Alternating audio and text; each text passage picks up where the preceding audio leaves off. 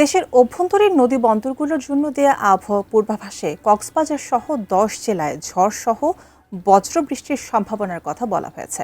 অন্যদিকে সকালে কক্সবাজার সমুদ্র বন্দর থেকে 3 নম্বর স্থানীয় সতর্কতা সংকেত নামিয়ে ফেলতে বলেছে আবহাওয়া অধিদপ্তর।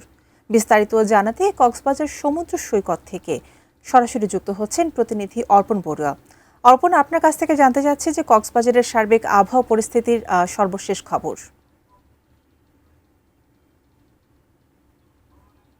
জেলার 10টি নদী বন্দরকে আসলে যে 1 নম্বর সতর্কতা সংকেত দেখিয়ে যেতে বলা হয়েছিল, সেটি ঝড় বৃষ্টি এবং বজ্রসহ ঝড় বৃষ্টির সম্ভাবনার কথা বলা হয়েছিল। তবে আজকে সকালে আবহাওয়া অধিদপ্তরের পক্ষ থেকে আমরা যে বিষয়টি জানতে পেরেছি সেটি হচ্ছে আজকে সকালে কক্সবাজার সমুদ্র বন্দরের উপর, অর্থাৎ দেশের কক্সবাজার সমুদ্র বন্দর সহ যে 4 সমুদ্র বন্দরের উপর 3 নম্বর সতর্কতা সংকেত ছিল সেটি নামিয়ে ফেলতে বলা হয়েছে। এখন কক্সবাজার সমুদ্র সৈকতে আমরা কখনো মেঘ, আবার কখনো একেবারে ঝলমলে রোদ আমরা দেখতে পাচ্ছি। এখানে তো সমুদ্র সৈকতে প্রায় সময় বাতাস থাকে, সেই ধরনের বাতাস আমরা দেখতে পাচ্ছি। তবে আবহাওয়া কিছুটা বৈরী আমরা দেখতে পাচ্ছি। সমুদ্র সৈকতের পানি, সমুদ্রের ঢেউ কিন্তু কিছুটা উচ্চতায় প্রবাহিত হচ্ছে এবং সমুদ্রের পানি ইতিমধ্যে আসলে কালচে রং ধারণ করেছে।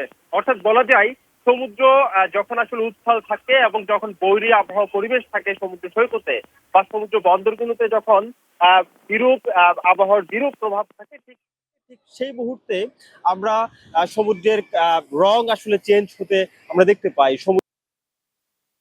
কালচে রং ধারণ করে, অর্থাৎ ঠিক সেই সময় বলা যায় বৈরী আবহাওয়া পরিবেশ বিরাজ করছে। যদিও এখনো সকাল থেকে আমরা বৃষ্টির কোনো লক্ষণ কক্সবাজার সমুদ্র সৈকতে দেখতে পাইনি। কক্সবাজার সমুদ্র সৈকতে বৃষ্টি না থাকলেও আমরা কিন্তু এখানে আগত পর্যটকদেরকে ঘোরাঘুরি করতে দেখতে পাচ্ছি। সমুদ্র সৈকতের কলাতলি সহ বিভিন্ন পয়েন্টে সমুদ্র সৈকতে এসে পর্যটকরা আনন্দ উদযাপন করছেন, ঠিক এই বৈরী আবহাওয়া পরিস্থিতির মধ্যেও।